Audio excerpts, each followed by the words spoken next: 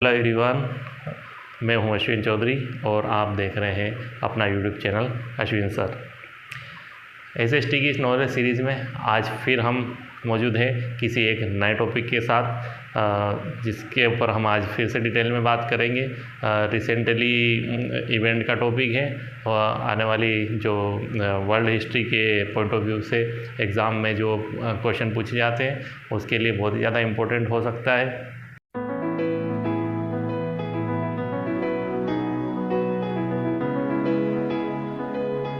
तो आइए देखते हैं आज का हमारा टॉपिक। आज का हमारा जो टॉपिक है वो है इज़राइल फ़िलिस्तीन वॉर।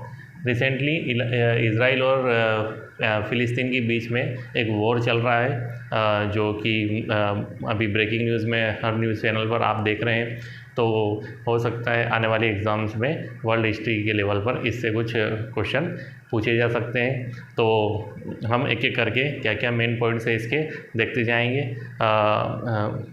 कोशिश करिएगा कि साथ साथ में आप भी इसके नोट्स तैयार करते जाएं, जो कि आपके लिए फिर एग्ज़ाम में फटाफट रिवीजन के लिए थोड़ा सा हेल्पफुल होगा। तो आइए देखते हैं इसका फर्स्ट पॉइंट क्या है। तो फर्स्ट पॉइंट जो है वो है फ़िलिस्तीन जो फ़िलिस्तीन बोलते हैं हम जिसे, Palestine was a Arab Muslim country till mid 20th century but britishers divide the whole country. Palestine जो कंट्री थी वो मिड 20th सेंचुरी के बीच तक, मतलब आप मान लेते हैं 1948 तक जो है वो एक अरब मुस्लिम कंट्री थी। उसके अलावा उस टेरिटरी में कोई भी अलग देश नहीं था। पूरी तरीके से एक फ़िलिस्तीन जो है एक कंट्री वहाँ पर मौजूद थी, उस जगह पर जहाँ पर अभी वॉर चल रहा है वहाँ पर। तो 1948 जो है मिड 20th सेंचुरी के आसपास जो है अरब मुस्लिम कंट्री एक फ़िलिस्तीन हुआ करती थी, जिसको ब्रिटिशर्स ने डिवाइड एंड रूल की पॉलिसी से डिवाइड कर दिया, दो टुकड़ों में बांट दिया था। जिस तरीके से इंडिया पाकिस्तान का पार्टीशन हुआ था उसी तरीके से अंग्रेज़ों ने वहाँ पर भी फ़िलिस्तीन के जो है और दो टुकड़े कर दिए। आगे की कहानी क्या हुई तो देखते हैं कि Israel is a Jewish country. अब इज़राइल जो है वो एक ज्यूइश कंट्री है, यहूदी देश है, जो कि इस्टेब्लिश हुआ 14 मई 1948 आफ्टर द बेलफोर डिक्लेरेशन। तो अब आप समझ गए होंगे कि फ़िलिस्तीन के जो दो टुकड़े हुए तो वो उसी से जन्म हुआ था इज़राइल का। तो इज़राइल का जो जन्म हुआ था 14 मई 1948 को, 14 मई 1948 को, आफ्टर द बेलफोर डिक्लेरेशन जो है वो ब्रिटिशर्स ने किया था वहाँ पर, और इसी के तहत जो है वहाँ पर एक नए देश का निर्माण हुआ जिसका नाम था इज़राइल एक नई ज्यूइश कंट्री जो यहूदियों का देश है, जो वहाँ पर पहले कुछ ही संख्या में मौजूद थे फ़िलिस्तीन में, और उसके बाद आप देख रहे हैं कि इनकी संख्या वहाँ पर बढ़ती गई। इनको एक अलग देश दे दिया वहाँ पर ब्रिटिशर्स ने डिवाइड एंड रूल के तहत, और फिर इस तरीके से वहाँ पर जंग आपस में जो है वो तनाव पैदा होने लगे फ़िलिस्तीन और इज़राइल के बीच में। हम देखते हैं इसके बाद जो नेक्स्ट टॉपिक आ रहा है, नेक्स्ट पॉइंट जो है, after that 48% land controlled by the Palestine. जैसे ही डिवाइडेशन हुआ उसमें 48% जो लैंड है वो किसके कंट्रोल में चली गई, फ़िलिस्तीन के कंट्रोल में 48% लैंड चली गई। 44% जो लैंड है वो न्यू इज़राइल के पास गई, जो नया देश बना था उसके पास, और बाकी की जो बची हुई लैंड है 8% वो गई जेरूसलम, जो कि कैपिटल ऑफ दोनों देशों की कैपिटल ऑफ इज़राइल एंड फ़िलिस्तीन, दोनों देशों की कैपिटल बन गई। और जेरूसलम जो है वो यूएनओ के हाथ में रहा, यूनाइटेड नेशन ऑर्गेनाइजेशन, क्योंकि ये मैटर जो है उस वक्त यूएनओ के पास चला गया था, तो उन्होंने इसको अपने पास रखा, इस 8% लैंड जो है जेरूसलम की उसको। इसके बाद जो नेक्स्ट पॉइंट है वो हम देखते हैं कि first Israel Arab war fought between Israel and the 5 Arab countries in the 1948। तो जैसे ही इज़राइल का जन्म हुआ, फ़िलिस्तीन से वो अलग हुआ, तब अरब कंट्रीज़ और इज़राइल के बीच में जंग छिड़ गई। इज़राइल जो यहूदियों का देश और अरब मुस्लिम कंट्री जो 5 थी उनके खिलाफ़ थी। इस तरीके से इन्होंने अपनी ज़मीन वापस लेने के लिए जंग छेड़ दी। और इज़राइल अरब के बीच में जो 5 अरब कंट्रीज़ के बीच में जंग हुई थी, सबसे पहली वो 1948 में ही हुई। जैसे ही इज़राइल अलग हुआ, एक नया देश बना, उसी वक्त एक जंग छिड़ गई। लेकिन इस जंग में 5 अरब कंट्रीज़ को मुँह की खानी पड़ी। इसमें इन लोगों की 5 अरब कंट्रीज़ की जो है वो हार हुई और इजराइल इसमें जीत गया, क्योंकि ये अस्तित्व की लड़ाई थी। इजराइल जो है यहूदियों का एकमात्र देश है दुनिया में। अगर ये यहाँ पर हार जाते तो यहूदियों का अंत शायद दुनिया से यहाँ पर हो सकता था, लेकिन यहाँ पर इजराइल की विक्ट्री हुई इस वॉर के अंदर। उसके बाद कई फाइट्स जो है वार्स चलती रही फिर समय के साथ, और इस तरीके से अभी रिसेंटली आप देख रहे हैं कि एक फ़ाइट और जो वार है इजराइल और फ़िलिस्तीन के बीच में छिड़ गई। उस पर आते हम देखते हैं कि Hamas is a terrorist group of Palestine. Palestine का जो है हमास एक टेररिस्ट ग्रुप माना जाता है।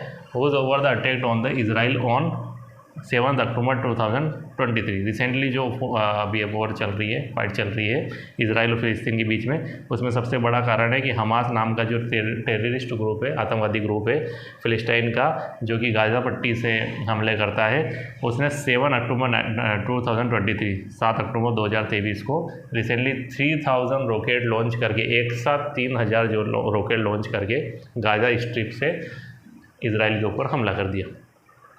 3000 रॉकेट छोड़ने का एक ये मकसद था कि वहाँ पर जो रॉकेट लोकेटर जो डिवाइस लगे हुए हैं इजराइल की बॉर्डर पे, जिससे कि वो वहीं पर ही डिफ्यूज़ कर देते हैं रॉकेट्स को आने वाले वहाँ से गाज़ा स्ट्रिप से। तो 3000 रॉकेट छोड़कर उन्होंने एक साथ इस तरीके से वहाँ के जो डिवाइस है उनको फेल करने की कोशिश की, और इसमें कई ज़्यादा लोगों की मौतें हुई, तो कैजुअलिटी भी बहुत हुई और बहुत ज़्यादा ही उनके प्रॉपर्टी का भी नुकसान हुआ। तो इस तरीके से इन्होंने वॉर की शुरुआत करी। इसके बाद अगर देखें तो नेक्स्ट पॉइंट आता है कि now Gaza strip and West Bank part of territory is in the control of Palestine. Gaza strip का एरिया और वेस्ट बैंक का एरिया अभी फ़िलहाल जो है वो फ़िलिस्तीन के कंट्रोल में, फ़िलिस्तीन देश के कंट्रोल में है, जो कि 2 अलग अलग टुकड़ों में, जिस तरीके से 1973 के पहले जो पाकिस्तान और बांग्लादेश एक था, उसी तरीके से अभी वहाँ की कंडीशन बनी हुई है।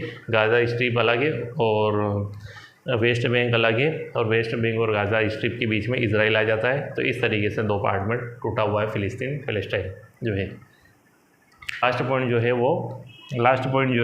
वो ये बोल रहा है कि Jerusalem is the capital of Islam and the Palestine. Jerusalem जो है वो कैपिटल है इजराइल और फ़िलिस्तीन और इजराइल दोनों ही कंट्री जेरूसलम पे दावा करते हैं और जेरूसलम को अपनी कैपिटल मानते हैं। तो जेरूसलम का जो इम्पोर्टेंस है वो इस तरीके से, Jerusalem is the holy place of the 3 religion. Jerusalem जो है वो 3 धर्मों का पवित्र स्थान माना जाता है। 3 अलग अलग धर्म के लोग इस जगह को होली प्लेस मानते हैं। सबसे पहले तो इस्लाम, जो मुस्लिम्स होते हैं वो, उसके बाद जुडाइज़म जो वही यहूदी लोग जो है, यहूदी वही लोग हैं जो इजराइल कंट्री में रहते हैं। इजराइल के जो ज़्यादातर लोग हैं वो यहूदी लोग हैं, और यहूदी जो देश है, जेविश जो लोग होते हैं यहूदी, उनका जो धर्म है जुडाइज़म। और उसके बाद एक और धर्म जो है जोरोएस्ट्रियनिज़म जो है वो पारसी धर्म है, पारसी लोगों का जो धर्म है जोरोएस्ट्रियनिज़म या जुडाइज़म और इस्लाम। इस 3 तरह की जो रिलीजन है या इनके जो फॉलोअर है उनके लिए जो जेरूसलम जो कैपिटल है वो होली प्लेस मानी जाती। तो इस तरीके से हमने कुछ जो इम्पोर्टेंट, वैसे तो ये बहुत वास्ट टॉपिक है, बहुत बड़ा टॉपिक है, 2 घंटे की वीडियो भी बनाई जाए इस पे तो कम है, लेकिन हमने कुछ मेन पॉइंट जो है इस 10 मिनट में कवर करने की कोशिश की है, ताकि आपका जो रिवीजन है वो फास्ट हो। तो हम फटाफट थोड़े से और एक एग्जाम्पल के थ्रू समझने की इसको फटाफट कोशिश कर लेते हैं कि मान लेते हैं कि ये जो है ये कंट्री जो है पूरी तरीके से ये फ़िलिस्तीन और इजराइल टेरिटरी। तो हम देखते हैं कि ये जो गाज़ा स्ट्रिप है, गाज़ा स्ट्रिप का इलाका जो है वो बिल्कुल बॉर्डर पे है। गाज़ा स्ट्रिप जो है वो बिल्कुल इधर बॉर्डर पे टेरिटरी में, यहाँ पर दोनों देश है, फ़िलिस्तीन भी है इजराइल भी है, और कुछ इलाका मान लेते हैं कि ये जो है ये है वेस्ट बैंक। हमें पता है कि गाज़ा स्ट्रिप और वेस्ट बैंक का जो इलाका है वो पूरी तरीके से अभी जो है फ़िलिस्तीन जो है फ़िलिस्तीन देश के कब्जे में है, और इस तरीके से गाज़ा और वेस्ट बैंक जो 2 इलाके हैं वो फ़िलिस्तीन के अंडर में टेरिटरी में आते हैं, और बाकी का जो ये वाइट जो पोर्शन बचा है ये जो है वो इज़राइल के कब्ज़े में आता है। तो वेस्ट बैंक के जो इलाके में थोड़ा सा जो इलाका 8% जो है वो यरूशलेम का भी, यरूशलेम जो है वहाँ की जो कैपिटल है उसका भी इलाका इसी वेस्ट बैंक के इलाके में है, और गाज़ा पट्टी यहाँ यही इलाका है जहाँ से हमले जो इज़राइल के अंदर होते रहते हैं। तो इस तरीके से हम इसको समझने की कोशिश कर सकते हैं कि धीरे धीरे जो है वो इज़राइल अब फैलता जा रहा है, और ये इसको भी कवर करने की कोशिश कर रहा है, इस इलाके को वेस्ट बैंक के अपने अंडर में लेने की कोशिश कर रहा है फ़िलिस्तीन से, और गाज़ा पट्टी पे भी इस तरीके से वो हमले कब्जा करने की कोशिश कर रहा है।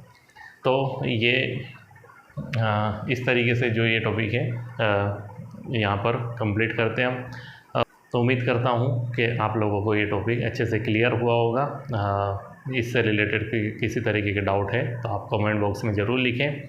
तो इसी तरह के जो रिसेंटली इवेंट्स या इस तरीके के SST के कुछ नए टॉपिक्स से रिलेटेड हम वीडियो और एक नई वीडियो लेक्चर में बनाते रहेंगे। तो नेक्स्ट वीडियो में मिलते हैं किसी एक नए टॉपिक के साथ। तब तक के लिए गुड बाय एंड थैंक्स।